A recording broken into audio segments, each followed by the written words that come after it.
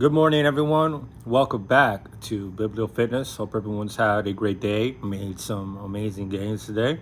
So, today, I wanted to give my speak about some of the closing remarks contained in the Dawn of Day of section 2. I just finished it. So just wanted to talk about the last few ideas that he had. And they're very interesting.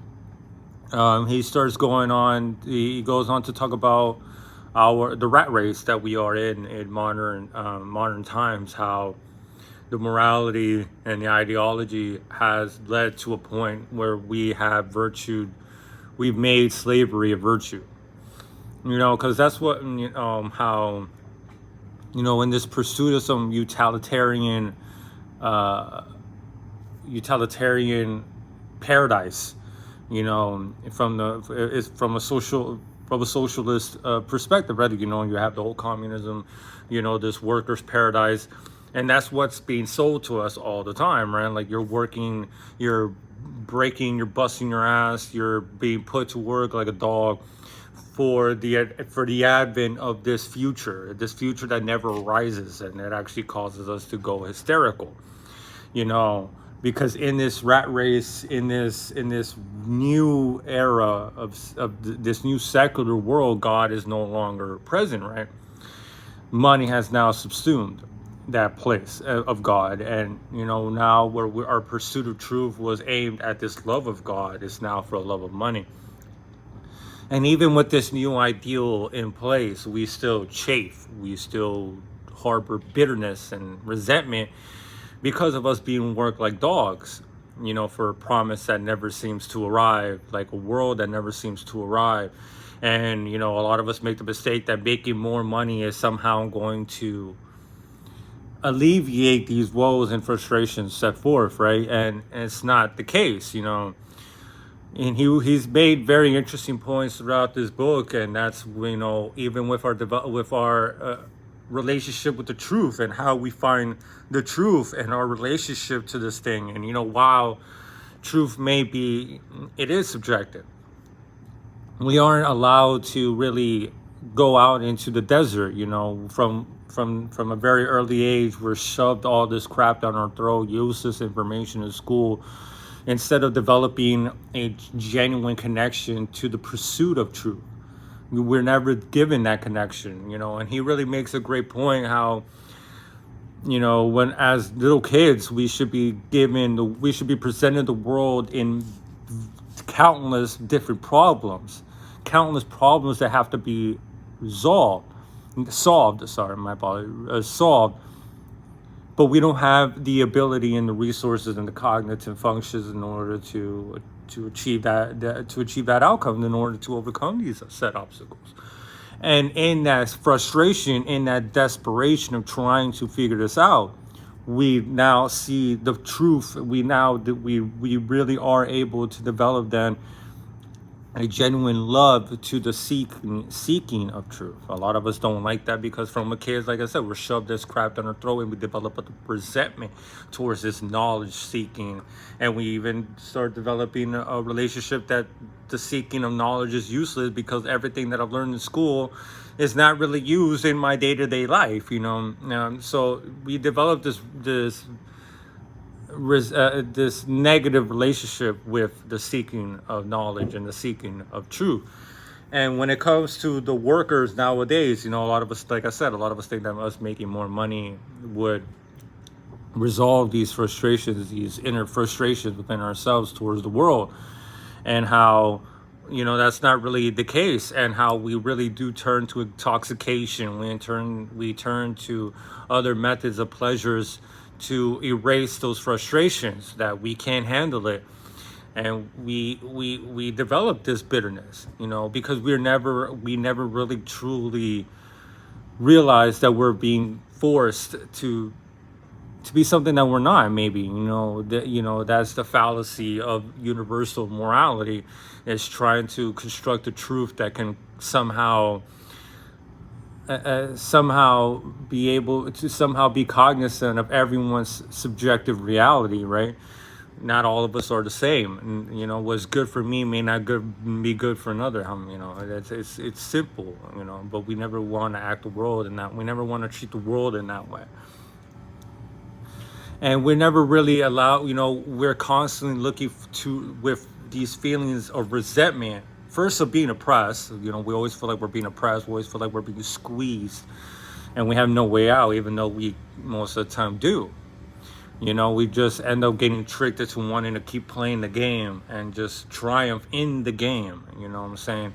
And us thinking that us elevating more and more in this game and being more and more entwined is going entwined with this rat race is going to somehow alleviate our issues, when that shouldn't be the case. We should kind of try to separate ourselves. And he does make these amazing contrasts between our modern era and the ancient Greeks. And this all sounds very romantic, and this is one of his earliest works, and a lot of people attribute his earlier works to his romantic era. But I do believe it as well, and call me a romantic then. But instead of trying to be in a group and have these overarching morality, overarching even methods of teaching, how we're all taught the same thing, in contrast with the Greeks, when it was all about personal distinction and personal development. And he makes that contrast and many times between our era and the Greeks, the ancient Greeks, before Platonism did its thing.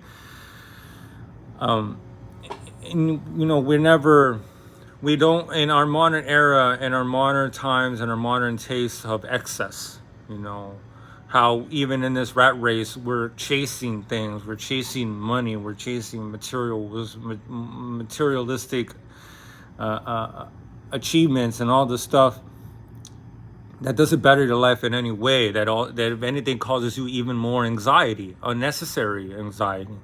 We no longer believe in a philosophy in rags. We no longer see the virtue and the freedom of spirit in a man with few needs. We call those sort of men pitiful. How can you be a man and not want to make millions of dollars so you could be a fucking wallet for the people around you? How can you possibly not want to make money? How can you possibly not want the big house? How can you possibly not want all this?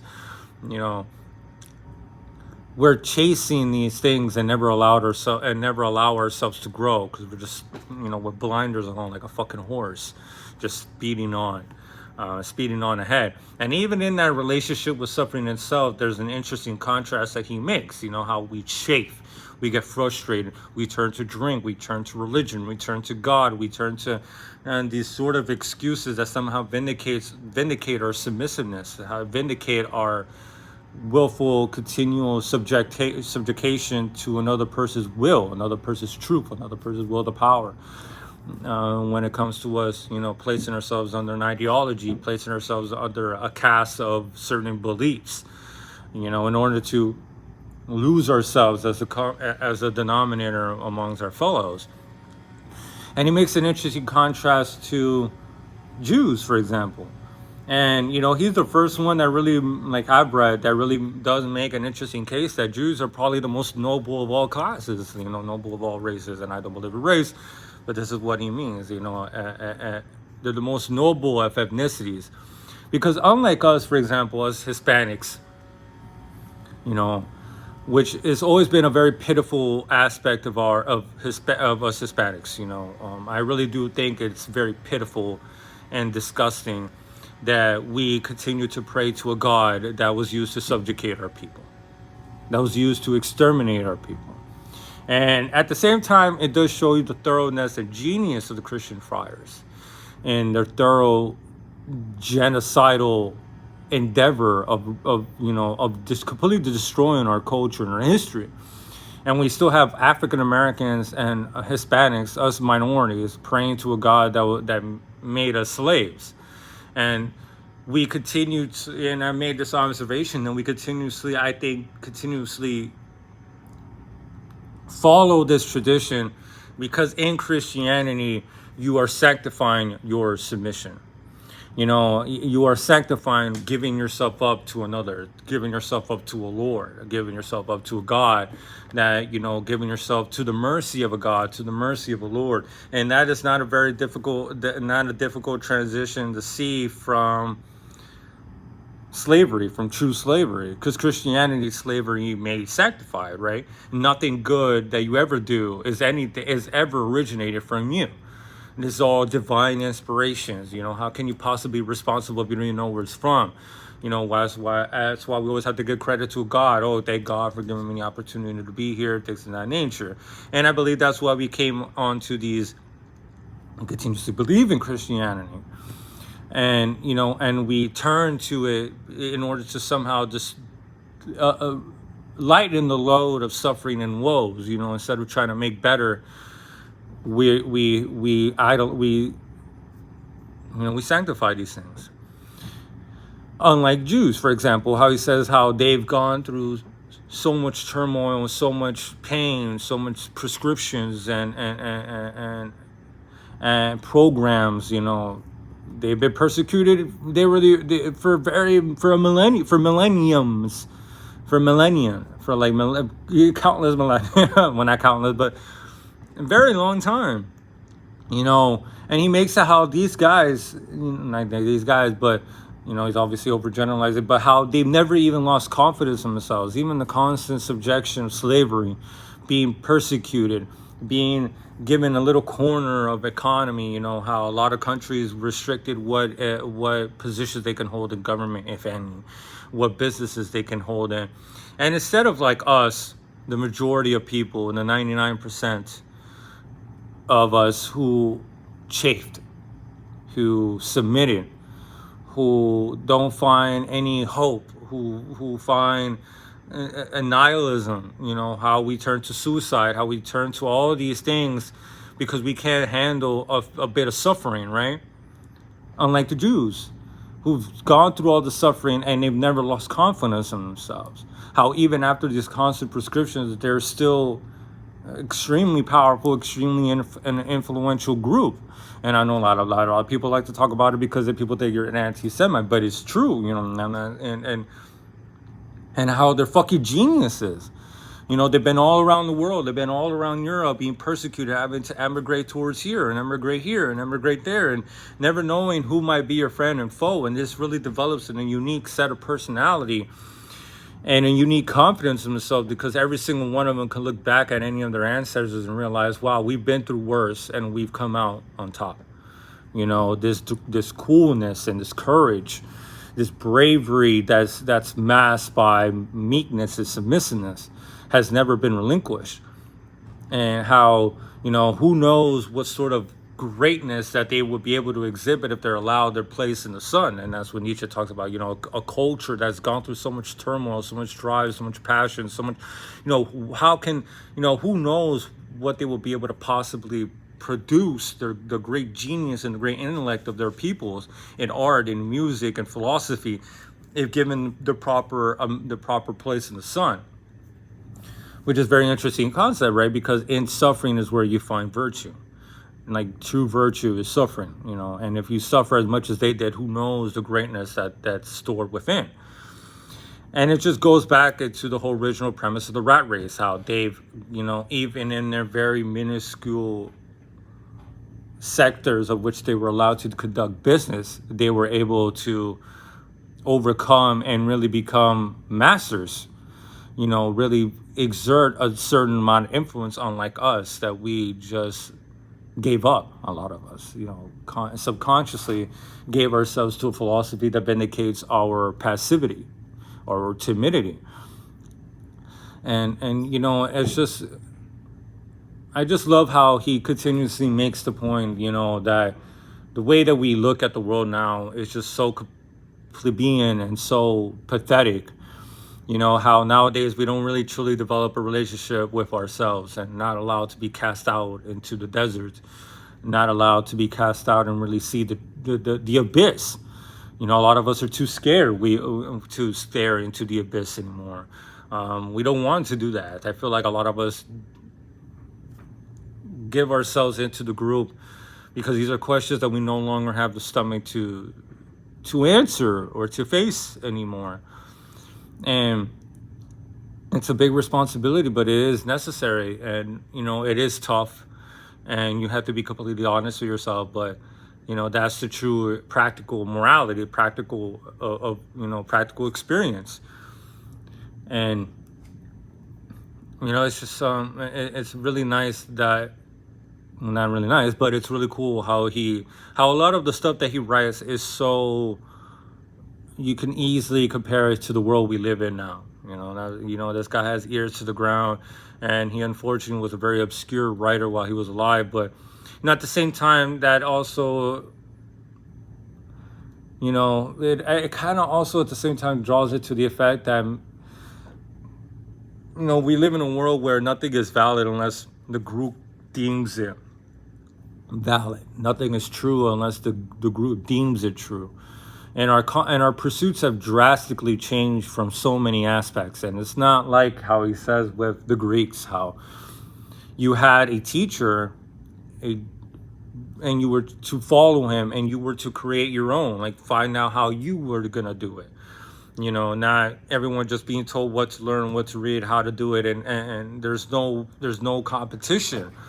There's no distinction. There's none of that. There's no different avenues, different ways, allowing people to find and experiment a way to get to that truth and to get to that logical conclusion in their own way.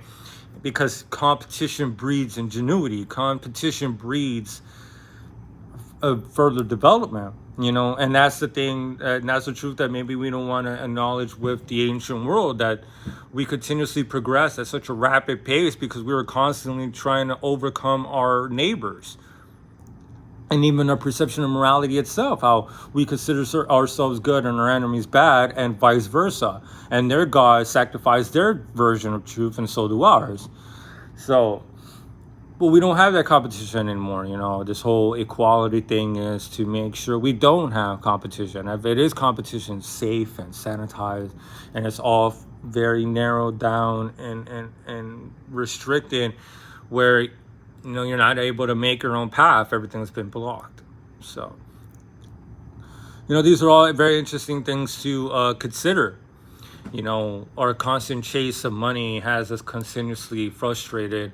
And, we never really develop a true relationship with, the benefits of poverty, as the Stoics like to say, a minimalist. But no, we're told that if you're not constantly pursuing and you don't feel anxiety in this pursuing, then you're being lazy and you have to beat everybody else in this same race. And that's the lies that we're continuously told. And it's very difficult for us to be able to detach ourselves and be like, okay, hold up. Let's stop for a minute here and see the bigger picture. So I can't wait to continue to read this fucking book. It's amazing, and I like these immoralists, men that don't waste their time trying to vindicate their own fucking subjective versions of reality and their dogmatism, and try to universalize it all and stuff like that. So that'll be all for today. I hope you all have a great day. As I said before, make amazing gains, and until next time, peace.